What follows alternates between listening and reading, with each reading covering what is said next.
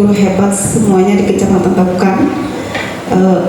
Perkenalkan, saya Ulpia Sari, saya adalah calon guru penggerak angkatan 8 dari Kabupaten Barito Kuala. Saat ini saya akan melaksanakan diseminasi penyebaran dan penerapan pengalaman pada modul 1.4 budaya positif yang sedang saya jalankan, yaitu pada program pendidikan guru penggerak angkatan 8. Sebelumnya saya mohon izin, di sini saya bukan menggurui, bukan merasa lebih baik atau lebih bagus dari Bapak Ibu semua. Saya yakin Bapak Ibu semua guru-guru hebat, terutama Bapak Ibu yang sudah lama berpengalaman sebagai guru. Di sini saya hanya ingin sedikit berbagi ilmu yang saya dapatkan ketika saya melaksanakan pendidikan guru penggerak angkatan 8 yang kurang lebih sudah saya laksanakan selama 2 bulan. Terima kasih. Masih semangat Bapak Ibu semua? Ya, alhamdulillah semua masih semangat. Pada hari ini saya akan memaparkan sedikit tentang modul 1.4 yaitu budaya positif, untuk sedikit di sini berbagi ilmu yang pernah saya dapatkan. Nah, di sini ada konsep-konsep inti yang akan saya paparkan. Yang pertama, perubahan paradigma belajar. Yang kedua, disiplin kognitif. Yang ketiga, kebutuhan dasar manusia. Kemudian motivasi perilaku manusia, posisi kontrol, keyakinan kelas, dan terakhir segitiga restitusi. Namun sebelumnya saya ingin sedikit bertanya kepada Bapak Ibu semua. Disiplin positif, tentu saja Bapak Ibu semua sering mungkin mendengar yang namanya disiplin positif. Nah, saya ingin bertanya, kira-kira apa sih yang tergambar di pikiran Bapak Ibu semua mendengar kata-kata disiplin positif? Mungkin ini saya ingin minta masukan dari Ketua KKG kita, Ibu Rabiat SPD. Menurut ulun pula yang namanya disiplin positif itu kita ambil kata disiplinnya itu baik secara personalnya diri kita sendiri maupun penanaman karakter kepada murid kita. Hal-hal yang bersifat positif tentunya, apa-apa saja itu kita tularkan kepada murid kita. Itu aja Bu Ai, menurut ulun sederhananya. Terima kasih Ibu Rabi, betul sekali pendapat dari beliau. Disiplin positif itu adalah hal-hal yang baik, yang positif, yang bisa kita tularkan untuk anak murid kita, dan tentunya kita sendiri dulu yang memulai hal tersebut supaya mereka bisa menjalankan juga hal-hal yang positif. Baiklah, untuk yang pertama, di sini ada perubahan paradigma belajar, di mana perubahan paradigma belajar ini dulu pada zaman kolonial Belanda, mungkin kita sudah mengetahui ketika hanya orang-orang tertentu yang bisa mengenyam pendidikan, dan itu pun pendidikannya terbatas.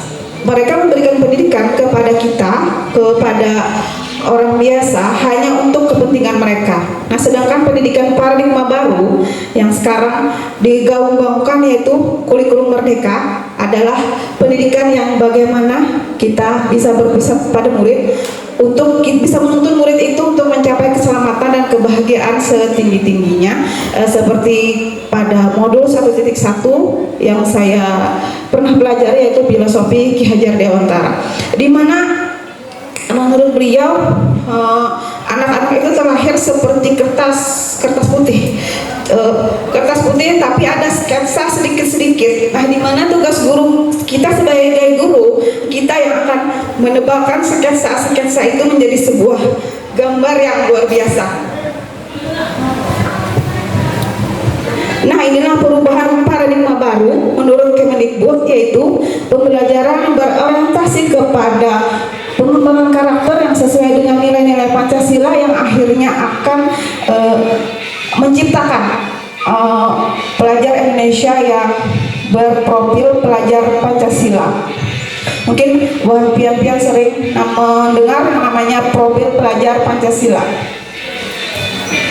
Nah, di mana di sini ada 6 dimensi. Mungkin Bapak Ibu semua sudah mengetahui 6 dimensi itu. Yang pertama, apa yang pertama? Beriman, kreatif, mandiri, dan bernalar kritis. Nah, itulah kira-kira harapan dari semua kita sebagai guru, anak-anak kita bisa mempunyai karakter yang kuat sesuai dengan profil pelajar Pancasila yang mempunyai 6 dimensi. Ini berhubungan dengan miskonsepsi tentang teori kontrol, di mana mungkin saya sebagai guru berpendapat saya bisa mengontrol murid. Tapi itu mungkin Bapak Ibu yang sudah lama mengajar merasa memang betul itu. Tapi Bu, itu dulu zaman dahulu anak-anak ulun aja dulu waktu sekolah, apabila guru tuh mencabar ngejauh kita sudah tahu, oh kita salah, kita harus menuruti guru. Tapi zaman sekarang Bu, makin kita mencereng makin injak ketujuh Bu, ayo melawan. Karena zaman sudah berubah, mungkin pengaruh-pengaruh yang dari luar kada disaring, mungkin itulah karakter anak kita sekarang, yang bagaimana kita sebagai guru bisa mengubah karakter tersebut.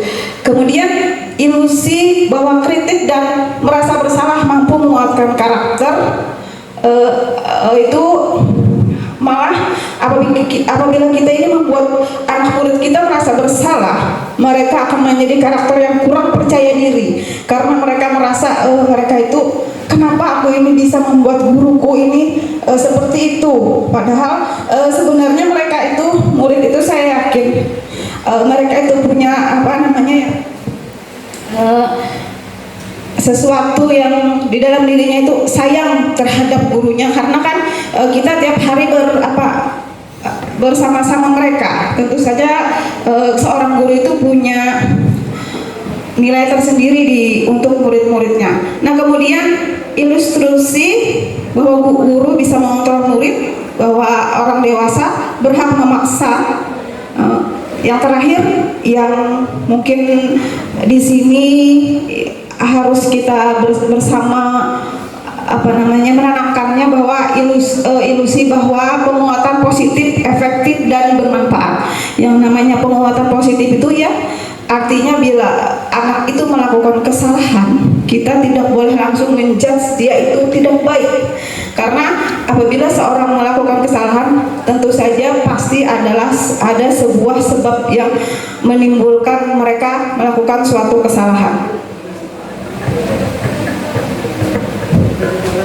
Nah, ini perubahan paradigma stimulus kontrol atau trial kontrol, di mana stimulus respon itu adalah kebutuhan kita bersama, sedangkan trial kontrolnya realitas kebutuhan kita berbeda.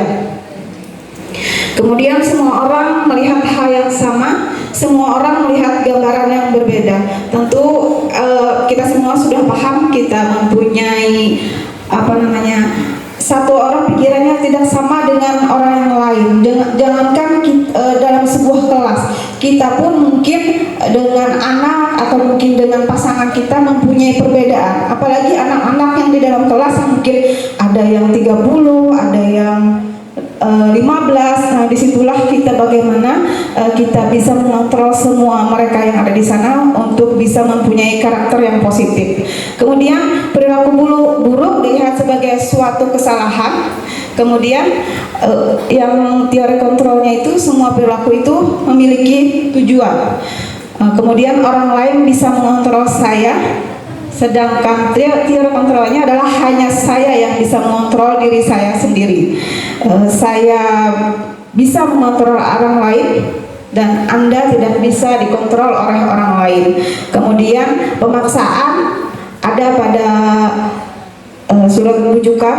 Kemudian yang teori kontrolnya adalah kolaborasi dan konsensus menciptakan pilihan-pilihan baru. Nah, ini ada kolaborasi yang saat ini memang digaung-gaungkan. Yang namanya kolaborasi itu memang sangat diperlukan, Bapak Ibu, apalagi dalam suatu sekolah. Kolaborasi itu sangat diperlukan untuk bisa memajukan sekolah, tentunya dengan kolaborasi kita bersama-sama Kang sejawat kita bersama kepala sekolah dan juga bersama anak-anak murid kita nantinya bisa menerapkan disiplin positif di sekolah. Kemudian terakhir, model berpikir menang kalah dan model berpikir menang-menang. Jadi kita harus berpikir, tidak boleh kita berpikir menang kalah, kita harus berpikir menang-menang. Itu namanya berpikir positif.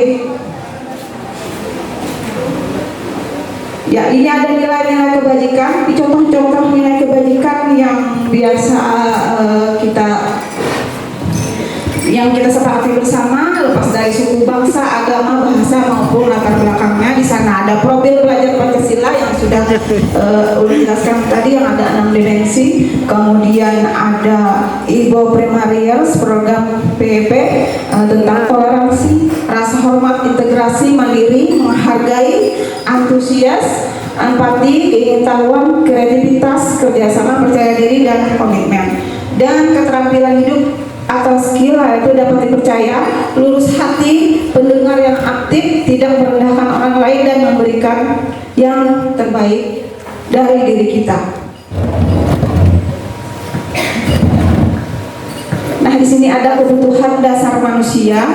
Kebutuhan dasar manusia adalah segala sesuatu yang kita lakukan untuk kita ataupun yang kita inginkan. Seluruh tindakan yang kita lakukan itu adalah sebagai usaha kita yang dilakukan dalam rangka agar kebutuhan dasar kita dapat terpenuhi dengan baik. Di sini ada 5 kebutuhan dasar manusia. Sebagai manusia tentu saja kita sangat memerlukannya. Yang pertama, bertahan hidup, di mana di dalam bertahan hidup ini ada kebutuhan sandang, makanan, tempat tinggal, keamanan, dan kesehatan. Kemudian kasih sayang dan rasa diterima. Tentu saja di sini anak-anak didik kita memerlukan hal tersebut. Mereka memerlukan rasa diterima, rasa peduli, rasa bekerja sama. Karena apabila mereka tidak diterima di dalam kelas, tentu saja mereka akan tidak percaya diri. Kenapa aku ada sama dengan kawan-kawan yang lain, aku dikucilkan dengan teman-teman yang lain. Di sana mereka bisa berperilaku negatif karena mereka membutuhkan ini yang namanya kasih sayang. Kemudian penguasaan. Yang nama penguasaan ini, kita semua sebagai manusia berhak memiliki harga diri, kemudian dianggap berhak menjadi pemimpin, berprestasi dan diakui serta didengar. Kemudian kebebasan. Nah, kebebasan ini berhubungan dengan pilihan, di mana kita sebagai manusia tentu saja ingin bebas memilih hal-hal yang kita inginkan. Kita tidak ingin dipaksa oleh orang lain tentang pilihan kita.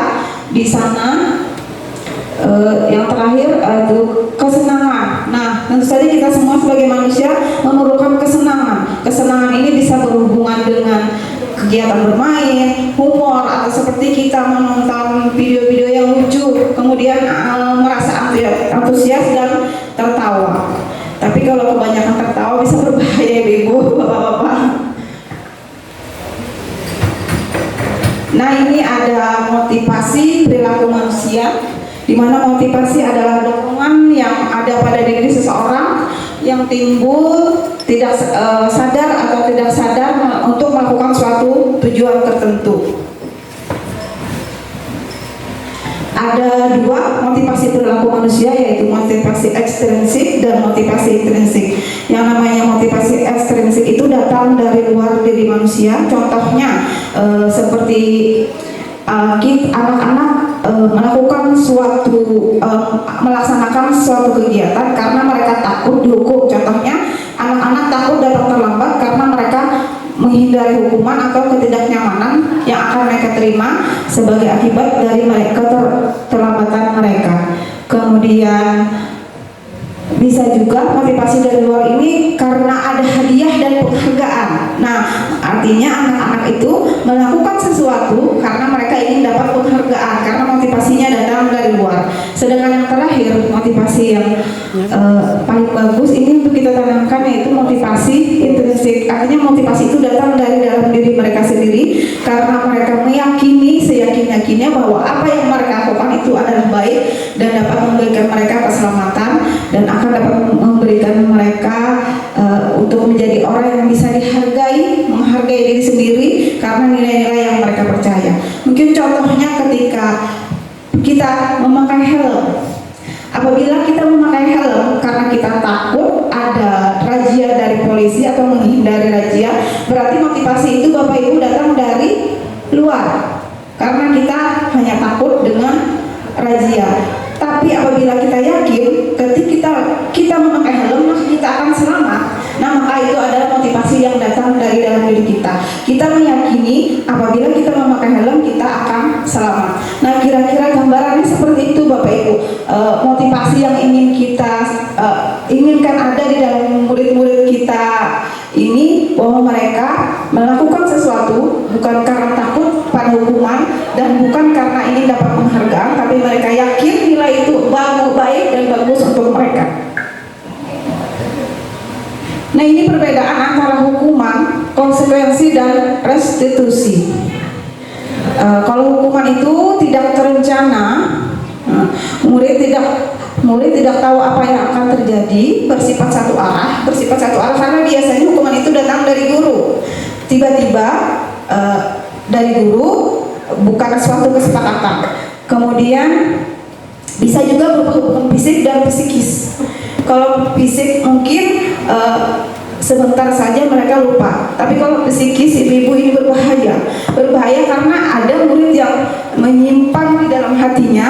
Nah, itu yang berbahaya. Kalau mereka bisa mengeluarkan rasa marahnya mungkin lebih bagus, tapi apabila mereka menyimpannya di dalam hati, nah itu akan sangat berbahaya untuk perkembangan mereka nantinya. Kemudian konsekuensi. Nah, konsekuensi ini terencana dan disepakati.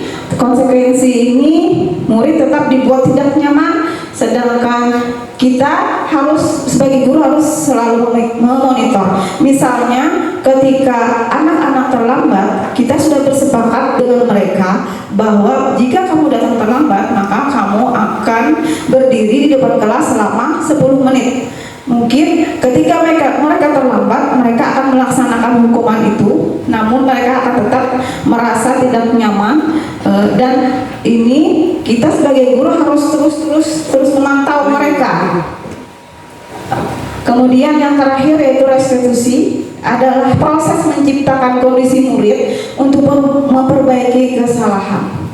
Ini adalah proses kolaboratif yang mengajarkan murid untuk mencari solusinya sendiri.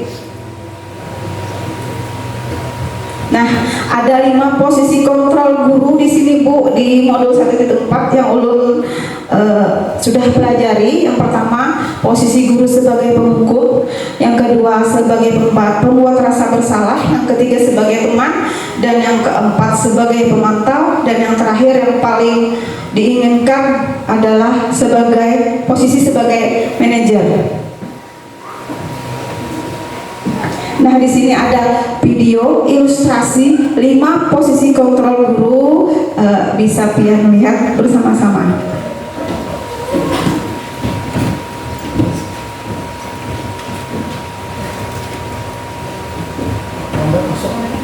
Suara ini.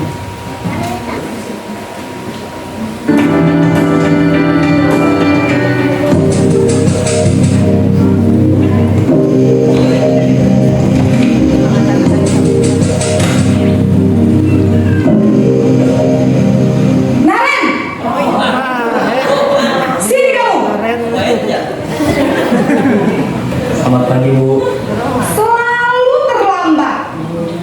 Kamu deh pasti terlambat. Maaf Bu, saya Apa coba?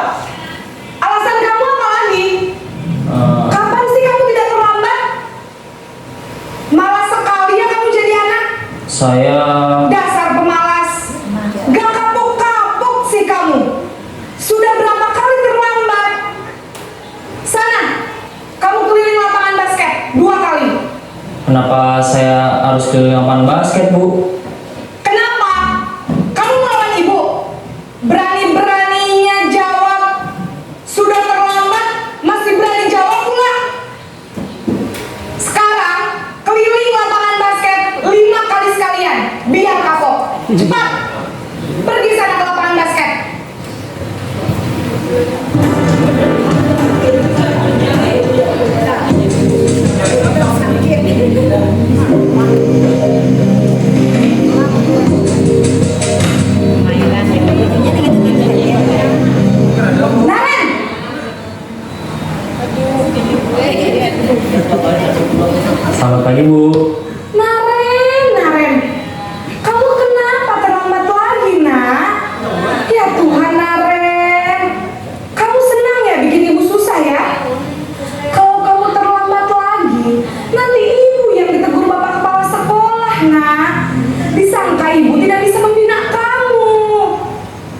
Aduh, gimana ini? Maaf Bu. Duh, Gusti Naren. Kamu suka ya kalau ibu ditegur bapak kepala sekolah? Terus, sekarang ibu harus tulis apa ini di buku absen? Ini kamu sudah sering terlambat loh. Ibu harus apa coba? Maaf Bu. Maaf sekali. Ya sudah, lain kali jangan bikin ibu susah lagi ya nak ya. Ibu tidak akan kuat lagi kalau kamu begini terus. Bisa jantungan kalau ibu ditegur bapak kepala sekolah. Sana cepat ke kelas. Maaf ya Bu. Maaf sekali. Posisi membuat rasa bersalah, berbicara dengan nada tenang.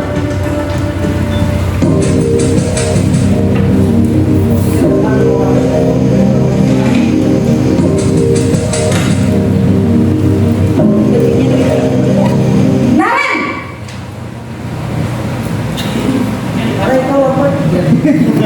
Selamat pagi Bu. Wah, sudah jam berapa ini nak? Terlambat lagi ya sayang. Iya Bu. Habis ibu saya lupa bangunkan saya Bu. Kamu malah menyalahkan ibu kamu. Kamu bukannya anak yang larinya paling kencang. Kok terlambat sih? Iya Bu. Saya memang terlambat bangun tadi. Jadi biarpun saya lari kencang, tetap gak kekejar Bu. Ya sudah sana. Nanti lain kali larinya lebih kencang lagi ya. Biar gak terlambat lagi. Bikin senang ibu. Demi ibu. Bisa kan? Bisa lah Bu. Ya sudah sana masuk kelas. Ibu beresin urusan absen kamu. Kamu ini ada-ada saja.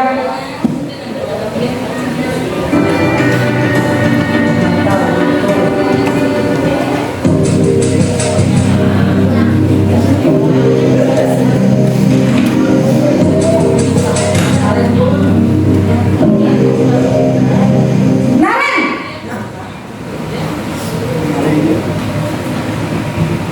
Selamat pagi Bu. Naren, apa peraturan sekolah kita tentang jam berapa kita harus masuk sekolah, nak?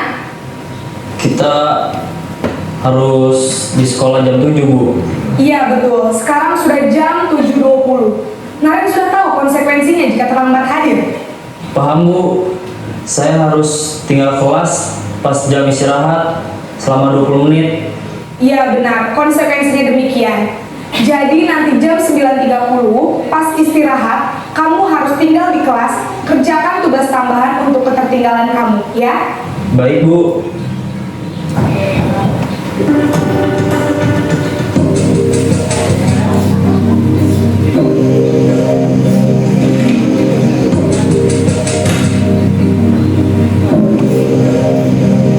Naren!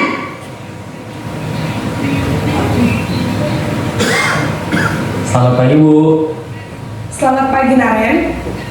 Maaf Bu, saya terlambat. Iya, sekolah masuknya jam 7, sekarang sudah jam 7.20. Jadi sekarang bagaimana ini Naren? Maaf Bu, saya lupa setel alarm saya semalam. Baiklah, menurut kamu, keyakinan sekolah yang mana yang perlu kamu tingkatkan? Menghargai diri sendiri dan orang lain mungkin ya Bu. Setuju. Jadi, apakah Naren meyakini prinsip saling menghormati tersebut? Iya Bu, saya meyakininya. Apakah Naren bersedia memperbaiki masalah keterlambatan ini? Bersedia Bu. Bagaimana kamu akan perbaiki masalah keterlambatan ini? Saya akan coba untuk tidak lupa menyetel alarm saya Bu. Baik, kalau Naren lupa menyetel alarm di rumah, ada orang yang kira-kira bisa bantu mengingatkan tidak? Ada Bu, kakak saya, Kak Ema. Ada lagi selain Kak Emma? Selain Kak Ema, ada ibu saya. Baik, jadi yang mengingatkan Naren adalah Kak Emma dan ibu kamu ya. Kira-kira akan mulai setel alarm kapan nih Naren? Setelah pulang sekolah, akan segera saya lakukan. Baik, jadi Naren akan setel alarm untuk bangun besok pagi dan akan diingatkan oleh kakak dan ibunda Naren ya. Ada lagi yang mungkin perlu dilakukan Naren agar tidak terlambat bangun lagi? Tidak ada, Bu. Baik, Naren. Terima kasih untuk kerjasama kamu. Sekarang kamu perlu kembali ke kelas untuk belajar. Baik, Bu. Terima kasih. Nah, Bapak Ibu, itulah tadi 5 posisi kontrol guru, di mana kita sebagai guru diharapkan memang ada di posisi yang nomor 5, yaitu sebagai posisi sebagai manajer, atau paling tidak kita bisa ada di posisi sebagai pemantau. Nah, sekarang yang selanjutnya saya ada beberapa pertanyaan untuk hasil dari video yang kita tonton tadi. Di sini ada di mana di posisi kontrol apakah saya kata-katanya seperti ini. Saya kecewa sekali dengan kamu. Kira-kira ada di posisi kontrol mana, Bapak Ibu? Ya, betul sekali kata Ibu Mercy. Ini ada di posisi pembuat merasa bersalah, di mana pada posisi ini anak-anak akan merasa kurang percaya diri, mereka akan merasa bersalah. Nah, hal itu yang menyebabkan mereka menjadi kurang percaya diri atau rendah diri. Nah, yang kedua, kamu tidak pernah benar melakukannya. Di posisi kontrol mana, Bapak Ibu? Belum minta Ibu Rabiati.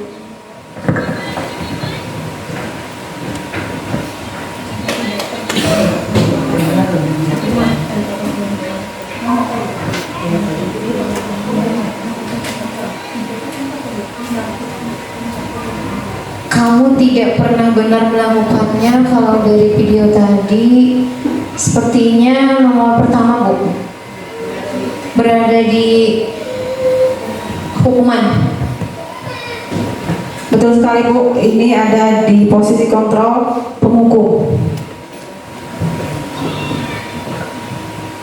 Nah, selanjutnya apa rencanamu untuk menyelesaikan masalah ini? Kira-kira ada di posisi mana, Bapak Ibu?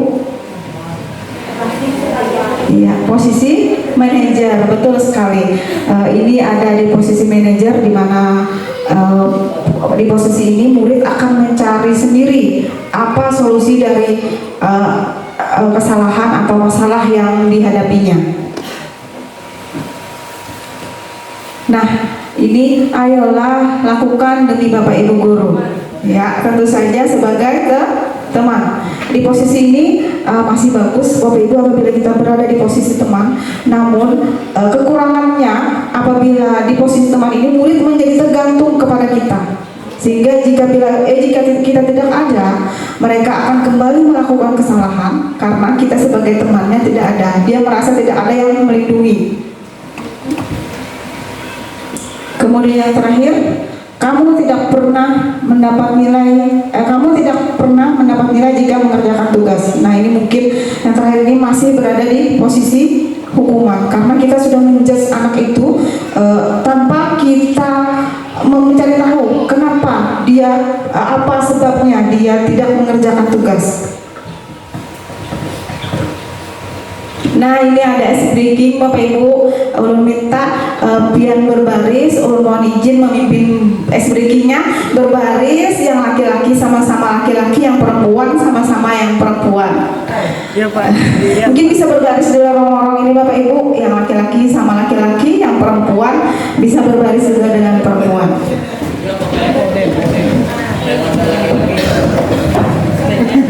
Mohon izin Bapak Ibu. Perempuan sama perempuan, laki-laki sama laki-laki. Silakan Bapak maju ke depan, maju ke sini Pak.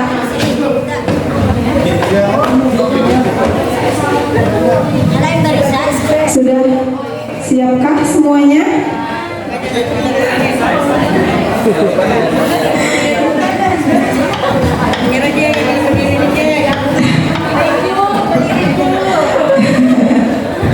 Mohon izin ulun sebentar meminta buat pian semua berdiri. Nah, kemudian ice breaking ini caranya seperti ini Bapak Ibu. Ketika saya mengucapkan pegang hidung, maka pian akan memegang hidung. Pegang kepala akan memegang kepala. Tapi jika ulun katakan kepala, maka pian jangan memegang kepala. Pian diam saja. Ya, ulun ulang. Ice breakingnya seperti ini. Apabila saya katakan pegang kepala, ada kata pegang di depannya, Konsentrasi. Sudah bisa dimulai Bapak Ibu? Untuk yang pertama, pegang kepala, pegang mata, pegang telinga, hidung. Sudah konsentrasi semuanya. Satu kali lagi, pegang hidung. Hidung Bapak Ibu, pegang Ibu masih hebat gitu. Ya, sekali lagi untuk yang terakhir mungkin bola pegang mata, pegang kepala, pegang mulut, mata. Sudah bagaimana Bapak Ibu sudah konsentrasi? Sekarang mau minta biar tangannya boleh di punggung kawannya di sini, di bahu kawannya boleh maju-maju bila yang kada sampai maju Bu. Iya. Sekarang boleh pijit-pijit Bapak Ibu temannya pijit-pijit dari depan pijit-pijit. Iya. Karena kamu nggak bawa sejam nggak bawa pijitnya. Iya.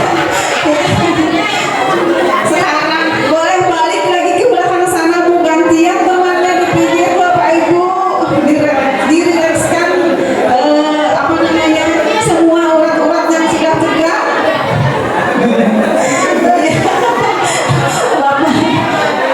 Iya, boleh hadap sini lagi Bapak Ibu. Terima kasih sudah mau ikut melaksanakan speaking dengan ulun. Tepuk tangan untuk semua guru-guru hebat di Kecamatan Pabukan. Ya, silakan duduk kembali Bapak Ibu. Boleh silakan duduk. Ulun terima kasih banyak sudah ikut speaking hari ini. Biar semangat semuanya. Nah, sekarang kita lanjut ke materi selanjutnya, yaitu keyakinan kelas.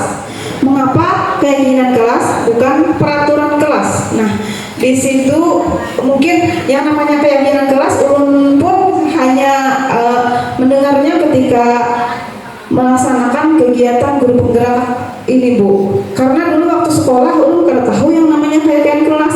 Yang tahu tuh peraturan kelas atau tata tertib kelas yang harus kita turuti dan kita patuhi.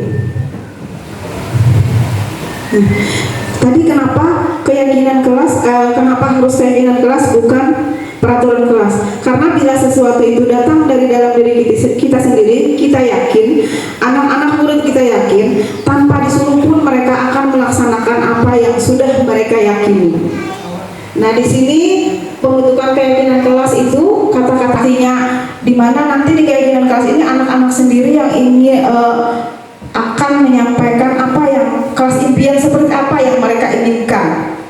Kemudian yang terakhir yang paling penting semua warga sekolah dilibatkan dalam kegiatan pembuatan keyakinan kelas, khususnya ini di kelas kita dulu, artinya dimulai dari kelas kita. Nah, ini ada proses pembentukan keyakinan kelas. Yang pertama tentu saja guru dan siswa berdiskusi tentang peraturan kelas, di mana pembuatan keyakinan kelas ini akan timbul dari peraturan, kemudian akan dinaikkan menjadi keyakinan.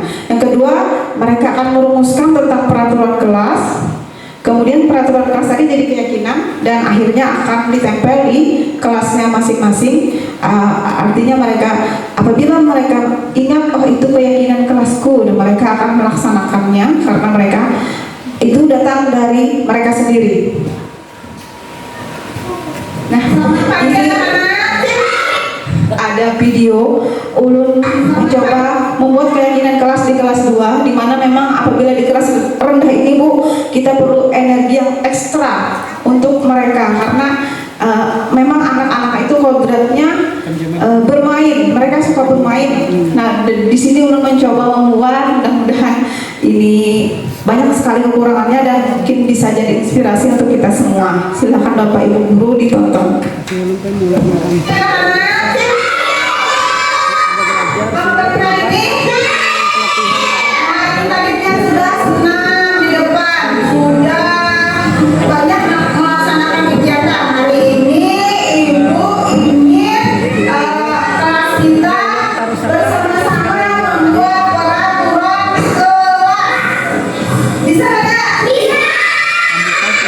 Kelas itu datangnya dari tim sendiri. Nanti yang namanya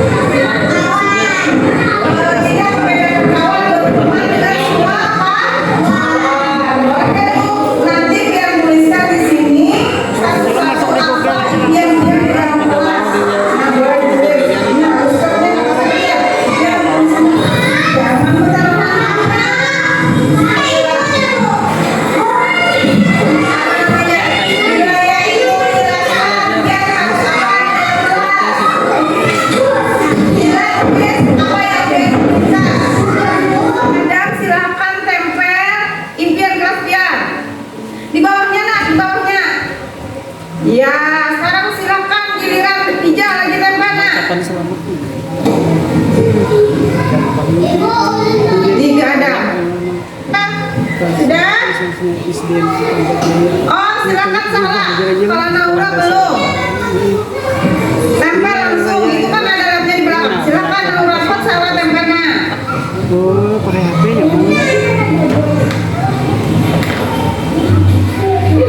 Duduk tuh lah HP itu. Mulas Kaisar. Ya, Naura lagi. Boleh Siti lagi maju. Lagi lo. Banyak di sini mah belum. Nagila, boleh tempel di bawah sini sayang. Sekarang boleh maju Afan sama Akbar.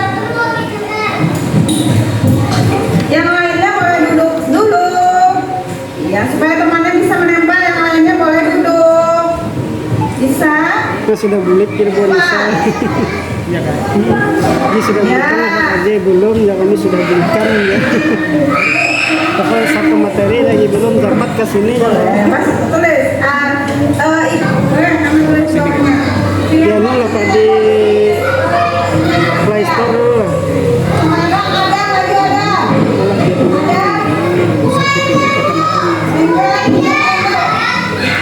Di laptop tuh di download dulu kan Pak.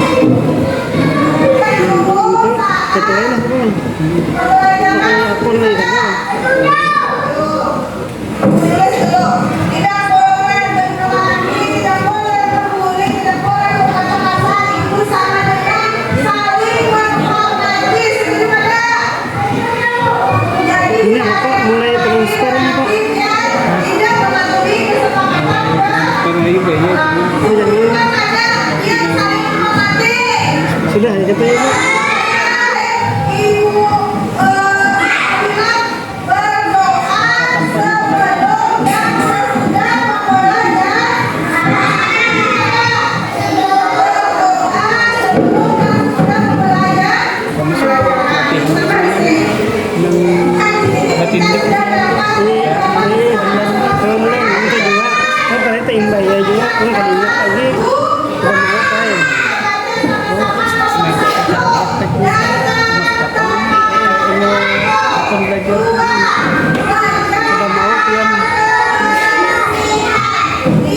Laptop saja memang itu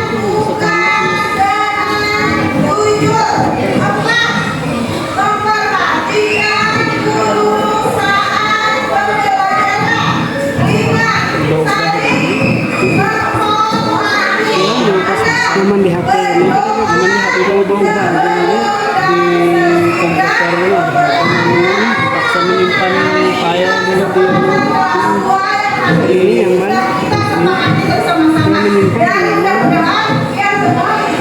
Di HP Nah, Bapak Ibu itu tadi sudah kegiatan yang pernah ulun laksanakan, yaitu membuat keyakinan kelas, di mana tadi kami sudah membuat yang namanya ada 6 peraturan kelasnya, kemudian dinaikkan menjadi keyakinan kelas dengan kata-kata yang lebih positif. Mungkin yang pertama di sana berdoa sebelum dan sesudah belajar. Kemudian yang kedua, disiplin dan tepat waktu. Di sana mereka ada memiliki impian, tidak boleh datang terlambat. Nah, tidak boleh itu dinaikkan kata-katanya menjadi yang lebih positif, yaitu disiplin dan tepat waktu. Kemudian tertib saat pembelajaran, mereka yakin ketika gurunya menjelaskan di depan maka mereka harus mendengarkan, dan kata-katanya dinaikkan menjadi yang lebih positif, yaitu tertib dalam belajar. Kemudian menjaga kebersihan diri, kelas dan sekolah. Nah, di sana mereka ingin kelasnya bersih, harus mematuhi piket. Nah, di sana kata-katanya dinaikkan menjadi hal yang lebih positif. Kemudian mengerjakan tugas dengan jujur. Di sana ada anak yang impiannya tidak boleh mencontek. Nah, dinaikkan menjadi mengerjakan tugas dengan jujur. Kemudian saling menghormati, itu mungkin salah satunya impian mereka, tidak boleh berkata kasar atau saling menghormati, tidak boleh membuli, atau mungkin anak-anak kita sekarang saling bersambatan, tidak mencela orang lain. Nah, yang terakhir ini ulun tambahkan untuk mereka, yaitu berbicara dengan sopan. Karena menurut ulun anak-anak sekarang kita karakternya ini sudah sangat turun sekali. Mereka mengucapkan kata-kata yang mungkin menurut mereka biasa, tapi sebenarnya kata-kata itu adalah kata-kata yang tidak pantas untuk disebutkan. Nah, kemudian respon anak-anak kelas 2 itu ulun rasa positif. Ketika mereka melanggar, maka akan sebagai guru mengingatkan, ayo misalnya Enggar, apa yang Pian lakukan itu melanggar keyakinan kelas kita yang mana? Mereka sadar, Pak, sadar. Mereka langsung, misalnya ketika saya menjelaskan, mereka berdiri atau berbicara. Nah, saya tinggal, ayo anak ibu Enggar, kira-kira keyakinan kelas mana yang sekarang tidak Pian laksanakan. Nah, mereka sadar, mau duduk Pak, alhamdulillah. Tapi memang yang namanya pembiasaan itu tidak semudah membalik telapak tangan. Perlu kerja keras, perlu mungkin contoh suri teladan dari kita sendiri dulu sebagai guru, dan tidak tidak jimu-jimunya atau tidak bosan kita mengingatkan murid-murid mereka. Karena menurut saya mindset saya berubah ketika saya mengikuti pendidikan guru penggerak ini, di mana memang pendidikan yang berpusat pada murid itu akan juga membawa hal positif untuk gurunya. Karena apabila murid itu bahagia di dalam kelas, senang, kita sebagai guru tentu juga akan merasa senang ketika melaksanakan pembelajaran. Dan menurut saya memang kita sebagai guru akan lebih mudah mengontrol mereka apabila kita lebih dekat. Tentu saja ini akan berhubungan dengan asesmen diagnostik yang kata Bapak pengawas tadi, yang tentu saja kita sebagai guru di dalam kelas, saya yakin sebenarnya tanpa melakukan asesmen pun Pian sudah mengerti karakter murid-murid Pian. Oh, ini orangnya kayak ini, perlu hal yang seperti ini. Cuman kadang-kadang kita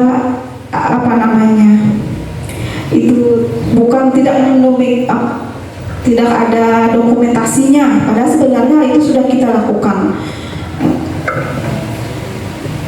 Nah, yang terakhir mungkin ini adalah materinya adalah segitiga restitusi, di mana segitiga restitusi ini adalah suatu proses dialog yang dijalankan oleh guru agar dapat menghasilkan murid yang berkarakter. Di sini ada 3 tahapan segitiga restitusi. Yang pertama yaitu menstabilkan identitas, yang kedua validasi tindakan yang salah, dan yang ketiga menanyakan keyakinan. Hal ini berhubungan dengan keyakinan kelas yang kita buat tadi. Nah, kemudian yang namanya segitiga restitusi ini adalah bukan menebus kesalahan, tapi segitiga restitusi akan menjadikan orang yang melakukan kesalahan kembali ke kelompoknya dengan karakter yang lebih kuat, karena mereka merasa mereka diterima oleh kelompoknya kembali walaupun sudah melakukan kesalahan. Di dalam ada 3 tahapan. Yang pertama validasi tindakan yang salah. kata-kata yang mungkin dapat guru lakukan ketika berdialog adalah kamu pasti punya alasan kenapa kamu melakukan hal tersebut. Kemudian padahal kamu bisa melakukan hal yang lebih buruk dari itu, tapi kamu tidak melakukannya. Kamu patut berbangga karena kamu melindungi sesuatu yang penting buat kamu. Dan yang terakhir, kamu melakukannya karena kamu mempertahankan sesuatu yang penting buat kamu. Nah, kemudian menstabilkan identitas, di mana dialog yang bisa dilakukan guru dengan murid adalah berbuat salah itu adalah hal yang wajar. Tidak ada manusia yang sempurna.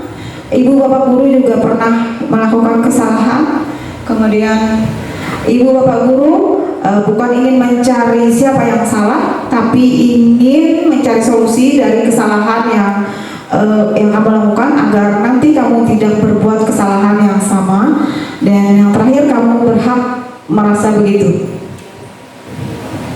Nah, yang terakhir, yang ketiga, menanyakan keyakinan. Tentu saja, seperti yang Ulun lakukan tadi, apa keyakinan kelas yang sudah kamu langgar? Kemudian nilai-nilai apa yang sudah kita sepakati?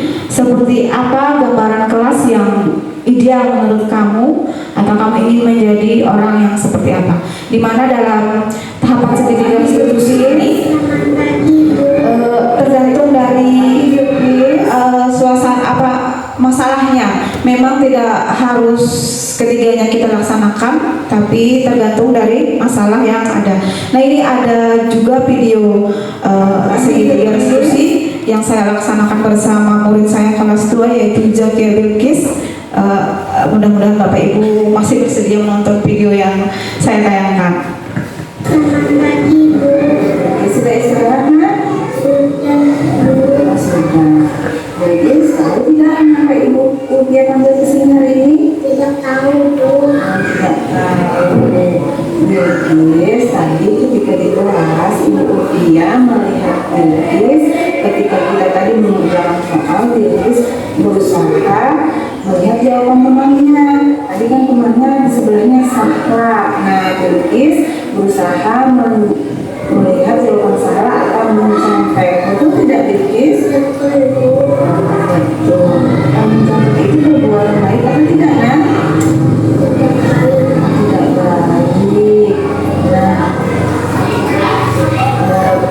Ibu di sini bukan untuk mencari kesalahan Bilkis.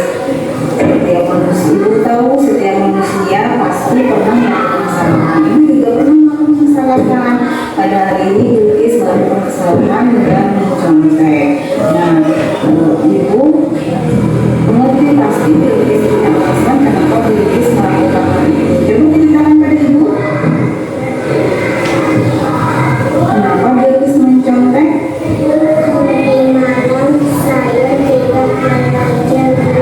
Oh, tidak belajar. Kenapa Bilkis tidak belajar? Saya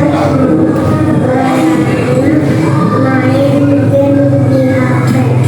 Ya, karena Bilkis kebanyakan main game di HP, kemudian Bilkis tidak belajar dan Bilkis tidak dapat menjawab soal. Kemudian Bilkis mencontek. Dengan tidak keyakinan kelas yang sudah kita buat sejak pertemuan awal dulu. Apa keyakinan kelas itu? Jujur dalam ya, Bilkis saja seperti itu sangat penting dalam hidup kita. Seperti itu sangat diperlukan dalam hidup kita. Kalau Bilkis sudah yakin kira-kira yang harus Bilkis lakukan supaya Bilkis tidak mencontek lagi apa? Karena perbuatan mencontek itu adalah perbuatan yang tidak jujur. Kira-kira apa yang bisa Bilkis lakukan? Tidak belajar. Terus apa lagi, Nak? Mengerjakan Oke, kemudian apa lagi, Nak? Berdoa kepada Allah. Iya, betul, berdoa kepada Allah. Oke, Bilkis sudah tahu apa yang harus Bilkis lakukan. Sekarang pertanyaannya, kapan Bilkis akan mulai melakukan apa yang Bilkis katakan tadi?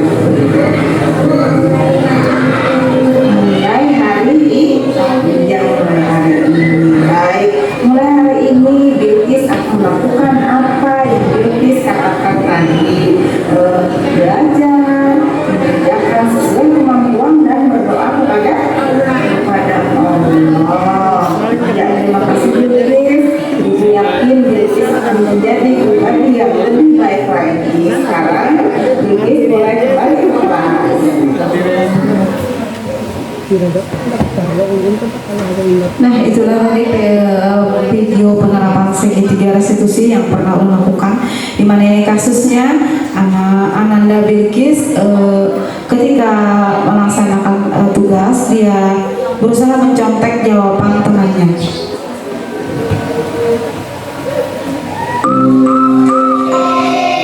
Dan ini adalah salah satu juga penerapan budaya positif yang saya lakukan, pernah saya lakukan, yaitu pembiasaan 5S: senyum, salam, sapa, sopan, dan santun. Ya, jangan disiplin dulu ya.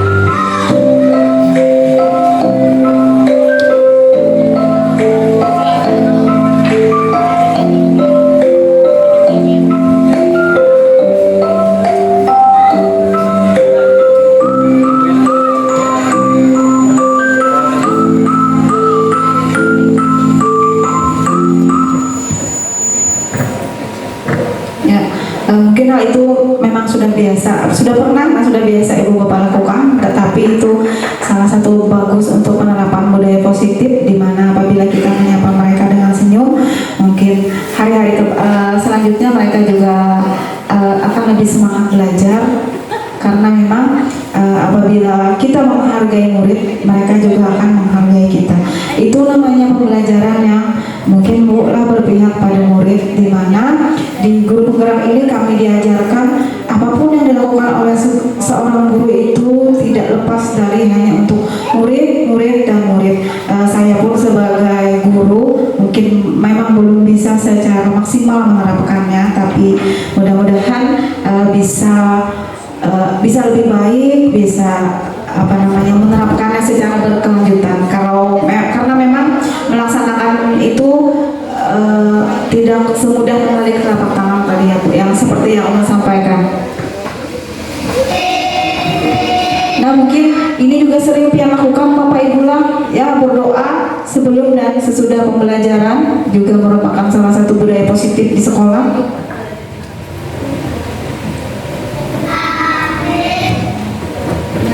Ini lagi ada video pembelajaran ulun ketika ulun melaksanakan aksi nyata pada modul 1.1, yaitu filosofi Ki Hajar Dewantara, di mana di sana kami belajar bagaimana kita sebagai seorang guru harus menyesuaikan pembelajaran sesuai dengan kodrat alam dan kodrat zaman. Di mana anak ini kodrat alamnya memang suka sekali bermain. Nah, maka saya memasukkan permainan dalam pembelajaran, di mana ketika mereka melaksanakan permainan ini tidak hanya pikiran mereka saja yang bekerja, tapi fisik motorik mereka pun bekerja, dan mereka dapat merasa lebih bahagia karena kita mengajarkan sesuatu sesuai dengan kodrat mereka yang suka bermain.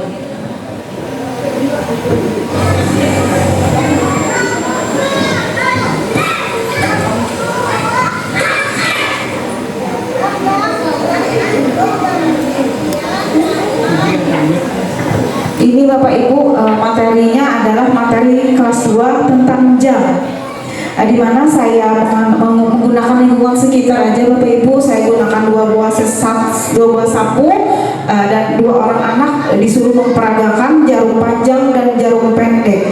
Ketika seorang anak ulun minta memperagakan jam 9, maka anak yang pertama yang sebagai jarum panjang mereka akan berdiri di angka 12, dan anak yang kedua yang ada di jarum pendek mereka akan berdiri di angka 9. Dan teman-teman yang lain akan menebak jam berapa yang sedang diperagakan oleh temannya. Itu mungkin sedikit videonya.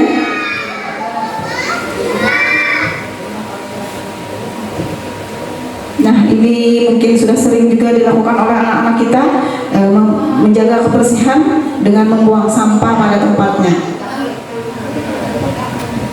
Nah, sebelum sesi penutup ini mungkin ulun ingin minta, mungkin ada hal-hal yang pian tanyakan atau mungkin memberi penguatan dengan apa yang sudah ulun lakukan. Memang ulun sadar sekali banyak sekali kekurangan masih yang ulun laksanakan, tapi di sini semoga dengan yang ulun sampaikan hari ini kita sama-sama bisa merubah mindset kita, berubah untuk bisa menjadi guru yang melaksanakan pembelajaran yang berpihak pada murid seperti yang diinginkan pada saat ini, yaitu kurikulum merdeka, dimana kan di Kecamatan Tabukan ini sudah tambah menjadi 4 kelas, yaitu kelas 1, kelas 2, kelas 4, dan kelas 5. Jadi Bapak Ibu, apakah ada yang ingin disampaikan? Ulun beri kesempatan untuk apabila Buan Pian ada yang ingin disampaikan atau mungkin ditanyakan kepada ulun. Apabila ulun bisa menjawab, ulun jawab, dan apabila tidak, mungkin nanti ada Ibu Mercy yang bisa menambahkan, di mana beliau adalah guru penggerak angkatan 6 yang sudah selesai melaksanakan pendidikan, yang tentu saja Ibu Mercy sangat banyak sekali pengalaman. Beliau juga coach di Kabupaten Baritokuala. Untuk Ibu Mercy ulun minta sedikit masukan, tanggapan, atau mungkin masukan yang berharga untuk ulun ke depannya.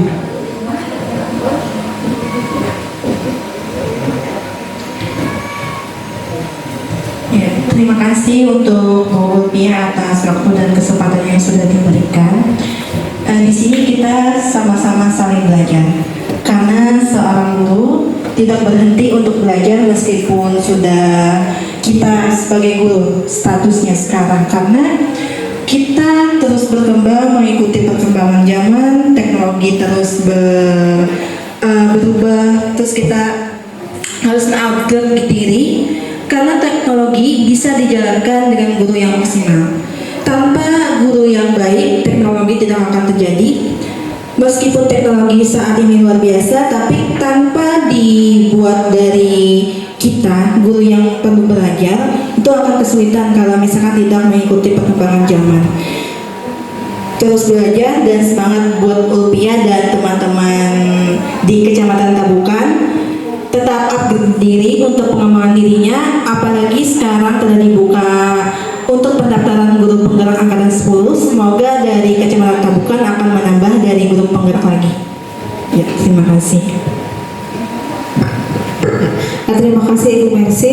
Betul sekali kata beliau, memang seorang guru itu mungkin harus menjadi seorang pembelajar sepanjang hayat, dimana kita seorang guru harus terus belajar dan belajar untuk meningkatkan kualitasnya sebagai seorang guru. Dan mungkin sedikit motivasi untuk teman-teman semua yang masih muda-muda di sini ya, untuk bisa mengikuti pendaftaran guru penggerak angkatan 10. Jangan takut Ibu, di guru penggerak ini tidak ada yang lebih baik, lebih pintar, dan lebih segalanya. Di situ kita saling berbagi, saling belajar, dan saling mengisi. Dimana di guru penggerak ini mencari orang yang mempunyai keinginan yang kuat, itu aja.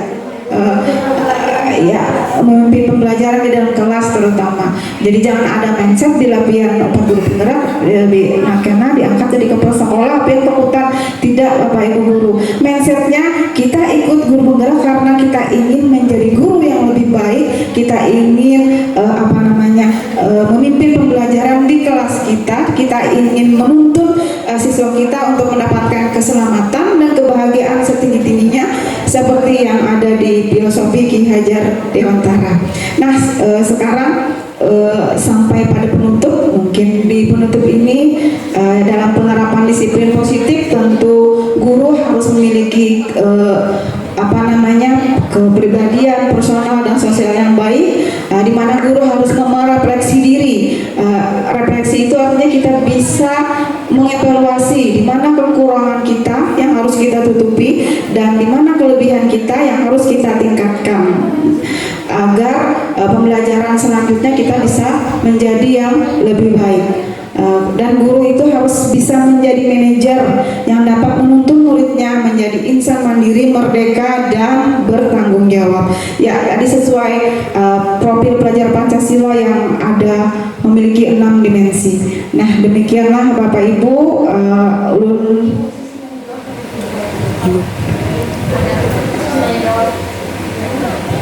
atau mungkin ditambahkan dari Bapak Ibu semua sebelum ulun tutup. Ya Bu Rabi, 5 menitan lagi Bu. Ya, mungkin sedikit dari Ibu Rabi. Terima kasih Ibu Ulpia atas kesempatannya. Setelah mendengarkan paparan yang disampaikan oleh Ibu Ulpia tadi, rasanya terbangun jiwa kami untuk melakukan perubahan. Banyak sekali nilai-nilai atau miskonsepsi yang selama ini kita simpulkan itu benar, ternyata tidak benar.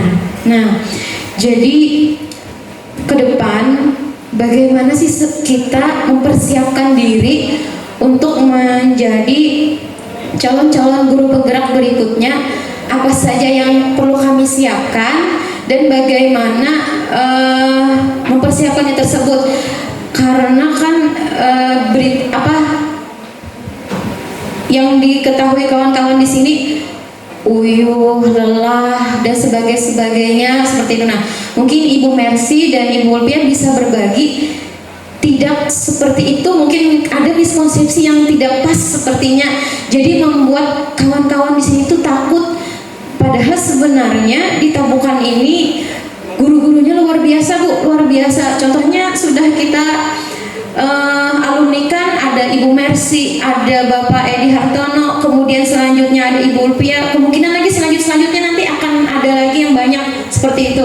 Nah, seperti itu Bu, bagaimana memperbaiki miskonsepsi yang ada saat ini biar Bapak Ibu semua di sini, kawan-kawan semua di sini memahamilah secara mendasar seperti apa sih pelaksanaan dari guru penggerak itu. Terima kasih. Ya, terima kasih Ibu Rabi. Mungkin saya akan sedikit berbagi pengalaman ulun ketika melaksanakan kegiatan guru penggerak ini Bu. Mungkin yang namanya kita itu belajar pada awalnya mungkin kita akan merasa sulit untuk menyesuaikan diri, tapi ketika lama-lama kita sudah menjalani, akhirnya kita sudah terbiasa. Memang suatu keinginan itu tidak semudah kita membalik telapak tangan. Untuk mencapainya harus ada usaha-usaha keras untuk dapat mencapai suatu mimpi. Nah, kemudian untuk yang menjadi Ibu Rabi tadi, apa sih yang supaya kita ini punya keinginan untuk menjadi lebih maju atau mungkin mendaftar di angkatan 10 ini? Untuk teman-teman yang masih muda ya, mungkin kembali ke motivasi diri Bu, motivasi dari dalam diri kita. Dalam diri kita motivasi diri kita, bagaimana kita bisa menjadi dari ulun aja, ulun ingin menjadi guru yang bisa lebih baik, sehingga nanti apa yang ulun dapatkan atau mungkin dari ulun dapatkan dari profesi ulun ini bisa nanti menyelamatkan ulun di akhirat. Artinya dengan ulun menjadi guru yang lebih baik, melayani murid sesuai dengan apa yang ulun bisa dan terus meningkatkan kompetensi sebagai guru, nanti akhirnya apa yang ulun dapatkan itu menjadi berkah Bu, berkah bagi ulun, bagi keluarga kita di dunia dan di akhirat. Karena sesuatu yang kita dapatkan di dunia ini tentu saja nanti akan kita pertanggungjawabkan di akhirat. Nah, kembali ke motivasi diri. Jangan takut Bapak Ibu, di guru penggerak ini tidak ada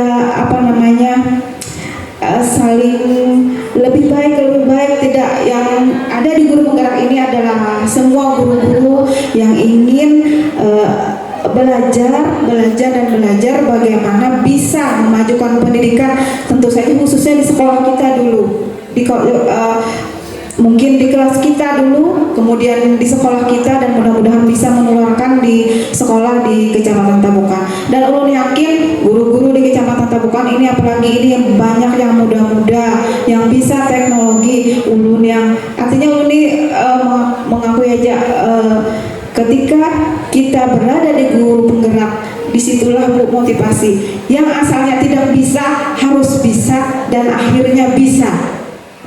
Ya, itu mungkin pengalaman dulu yang dulunya Bu Aika bisa mengedit video, bisa dan harus bisa. Yang mungkin dulu ketika kita di masyarakat terjun di suatu komunitas, mungkin kita tidak bisa mengungkapkan pendapat. Di guru penggerak kita harus mengungkapkan pendapat kita, karena di sana tidak ada pendapat kamu salah, pendapat kamu benar, tidak. Yang penting kita harus mengeluarkan pendapat. Nah, jadi di sana kita dibentuk menjadi karakter yang percaya diri di sana. Nah, kemudian juga saya pernah gagal Bu di guru penggerak angkatan 6. Nah, di situ memotivasi diri saya. Saya gagal di guru penggerak angkatan 6. Kenapa? Mungkin saya disuruh memantaskan dulu diri saya. Dan alhamdulillah di angkatan 8 saya lulus. Bagaimana caranya kita memantaskan diri kita sendiri yang dapat menjawab hal tersebut? Ya, mungkin itu saja Ibu Rabi. Mungkin ada Ibu Mercy menambahkan bagaimana motivasinya. Oh, sudah cukup. Ya, ulun sebagai calon guru penggerak angkatan 8 sekali lagi mengucapkan terima kasih banyak atas kesediaan Bapak Ibu, rekan-rekan sejawat ulun, guru hebat di Kecamatan Tabukan, yang ulun yakin yang sudah mendaftar di angkatan 10 terus mendaftar, lebih banyak lagi kandidatnya di Kecamatan Tabukan, supaya lebih enak Bu, lebih banyak teman, lebih enak. Kadang kayak ulun sendiri di sini ada yang kau ditakuni, mungkin ulun cuma bisa sharing dengan Ibu Mercy dan Pedi. Nah, kalau angkatan 10 banyak orang yang tembus, mungkin pian akan lebih banyak untuk kolaborasinya. Ya, itu saja Bu. Bapak Ibu semua, ulun ucapkan terima kasih. Kemudian apabila ada kata-kata ulun yang salah atau ulun hilap atau mungkin ada kata-kata yang tidak enak pian dengar, ulun mohon maaf, minta halal, minta ridho. Ulun tutup dengan wassalamualaikum warahmatullahi wabarakatuh.